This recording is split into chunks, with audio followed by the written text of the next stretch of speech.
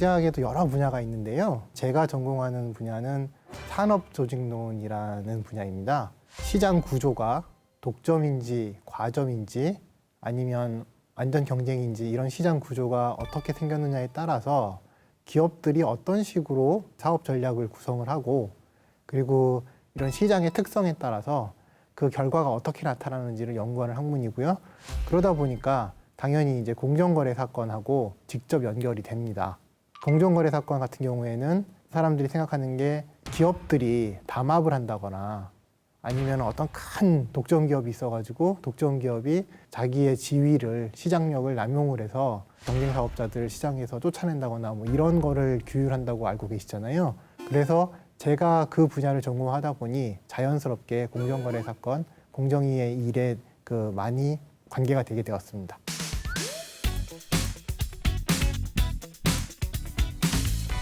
보통 공정거래 사건은 신고 사건과 직권인지 사건으로 나누거든요. 신고가 들어오는 경우, 그런 경우에는 조사를 해보고 사실 사건이 안 될 수도 있죠. 사건이 되는지를 확인해보는 작업을 하는 거고요. 직권인지는 공정위가 이렇게 시장이나 기업들의 행동을 평소에 감시하고 있다가 이러한 행동은 공정거래법에 위반되거나 경쟁 질서를 해치겠다라고 판단하는 경우에 사건을 조사하는 경우도 있습니다.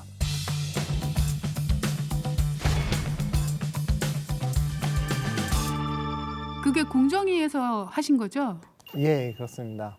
사실은 이제 최근에 그 가금류 관련해가지고 일련의 담합 사건들이 쭉 있었고요. 재작년에 종개, 그리고 작년에 3개, 그리고 이번에 6개였는데 이거는 이제 치킨 가격이 아니고 그 치킨 회사 또는 우리 슈퍼마켓이나 대형마트에 가면 닭고기들 있잖아요. 그 닭고기를 공급하는 단계에서 닭고기 업체들이 담합을 한 것으로 판단이 돼서 과징금과 일부 업체에 대해서는 이제 검찰 고발 조치가 들어간 사건입니다. 공정거래 사건은 이제 크게 4가지 유형으로 구별이 되는데 첫 번째 유형은 기업들이 시장의 건전한 경쟁 질서를 해치는 경우, 그거를 우리가 흔히 경쟁법 위반 사건이라고 분류해서 부르기도 하는데요. 2009년쯤에 퀄컴 사건이라고 있었어요. 그게 어떤 사건이냐면 퀄컴이 그 시장에서 1위 사업자였는데 퀄컴이 통신 기술을 가지고 있고 통신 칩을 만드는데 통신 기술과 통신 칩을 원료로 사용해 가지고 핸드폰 같은 걸 만들잖아요. 그런데 이제 이 핸드폰을 만들고 할 때 퀄컴이 어떤 조건을 걸었냐면 내 물건을 몇 % 이상 사주면 가격을 깎아줄게 라고 했던 사건입니다. 사실은 물건을 많이 사면 가격을 깎아준다라는 거는 이제 거래에서 흔히 볼 수 있는 일이고 좋은 일이잖아요. 가격 깎아주는 거니까. 그런데 이제 퀄컴이 제시했던 조건은 그냥 많이 사면 깎아준다가 아니고 내 물건 사용 비율을 높이면, 바꿔서 얘기하면 내 경쟁자의 물건을 쓰지 않으면 그러면 가격을 깎아주겠다고 조건을 걸었던 거고요. 그 조건에 대해서 그 공정위 그리고 나중에는 이제 법원, 대법원까지의 판단은 1위 사업자의 지위를 남용을 해서 그 2위, 3위 사업자들을 시장에서 쫓아내기 위해서 가격 정책을 경쟁 사업자의 물건을 안 쓰는 조건으로 내 물건을 가격을 할인해 준 것이기 때문에 이것은 이제 경쟁법에 위반된다, 시장 지배적 지위를 남용한 것이다라고 판단한 사례가 있었습니다. 그리고 이제 우리가 기업 결합이라고 하는데 M&A 해가지고 기업들이 원래는 독과점 기업이 아니었는데 이게 둘이 합병하고 나니까 독과점 기업이 될 수도 있잖아요. 많이들 관심을 가졌던 기업 결합 사건은 배달의 민족이랑 요기요가 기업 결합한 사건이었는데 이 당시에 배달의 민족하고 요기요의 배달앱 시장에서의 합산 점유율이 90%를 넘어가는 수준이었고요. 그렇기 때문에 이제 요 기업 결합을 그냥 승인을 해주는 경우에는 시장이 거의 독점화되기 때문에 그 경쟁을 제한하고 이용자의 편의가 저해되는, 예를 들면 음식점 수수료를 올린다든지 소비자들에게 지급하는 쿠폰을 줄인다든지 이런 가능성이 있다고 예측이 되어서 공정위의 조치는 요기요를 매각하는 것이었습니다.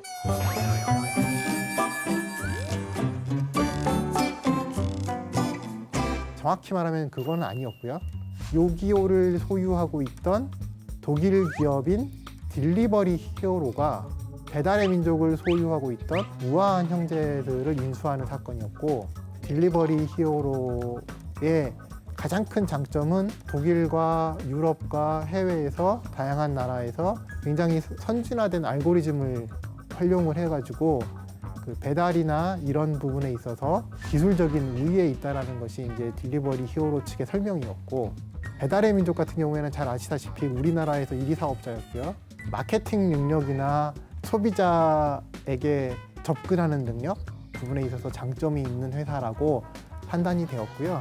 이 기업 결합에서 발생할 수 있는 경제적인 이득이라는 것은 딜리버리 히어로가 가지고 있는 기술적인 측면의 능력과 우아한 형제들, 배달의 민족 측이 가지고 있는 마케팅 능력 사이의 결합을 통해서 소비자 후생이 크게 제고될 것으로 우리가 판단을 하였는데, 다만 걱정되는 것은 배민과 요기요와 기업 결합이 되면서 시장이 독점화되고, 이 독점화된 시장에서 경쟁이 저해되고 소비자 후생이 악화될 수 있기 때문에 딜리버리 히어로의 그 사업 부문 중에 하나인 요기요를 매각해서 경쟁 상태는 유지를 하되 그 기업 결합을 통해서 얻을 수 있는 효율성 증진 부분은 취할 수 있도록 그런 고려하에 공정위가 낸 처분이었습니다. 딜리버리 히어로 쪽에서 공정위의 그 의사를 이해하고 요기요는 GS25에 매각되었습니다.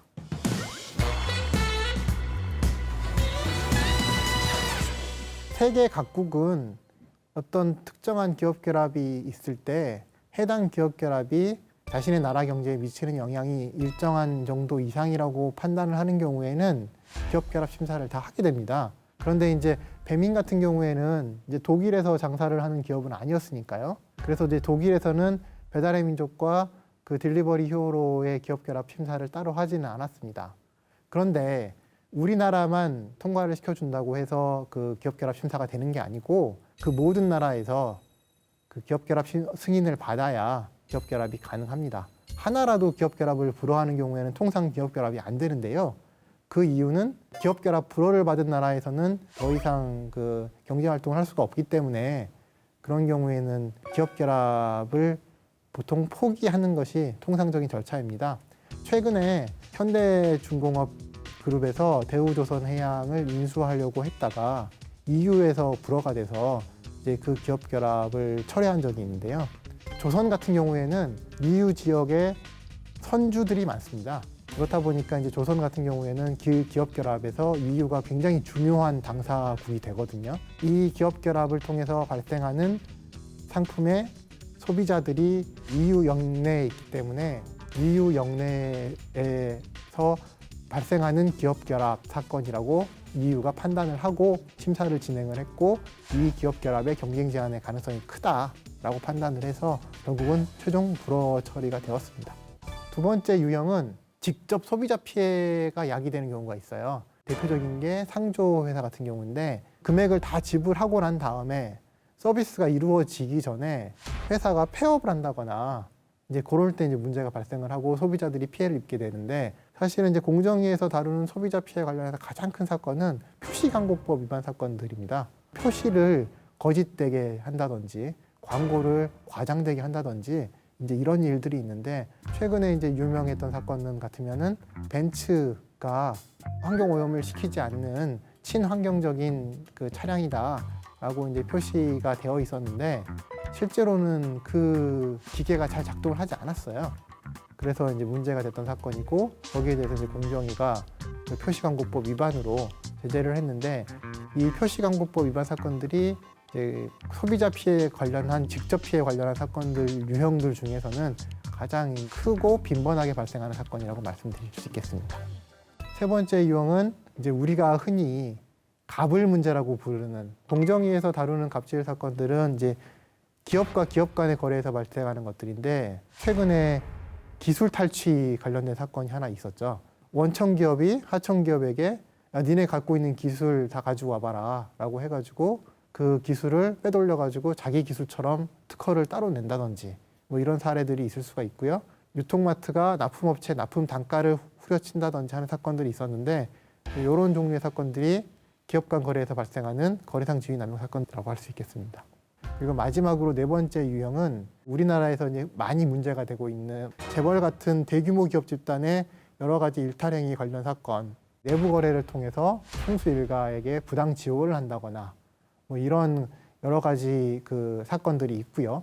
기업 간의 경쟁은 좀 자본주의 사회에서 자유롭게 놔둬도 되지 않냐라는 그런 외침들이 좀 있잖아요. 또 공정위의 이제 공식 입장은 최소 규제라고 이제 되어 있거든요. 기업들이 활발하고 그 효율적으로 그리고 창의적으로 경쟁할 수 있도록 공정한 거래 환경을 만들어주는 것이 이제 공정위의 역할이고, 그러다 보니까 저는 개인적으로는 공정위의 역할을 규제가 아니라 규율이라고 말씀을 드리고 싶은데, 공정위의 규율에 대해서도 여러 해석이 있을 수 있다라고는 생각을 합니다.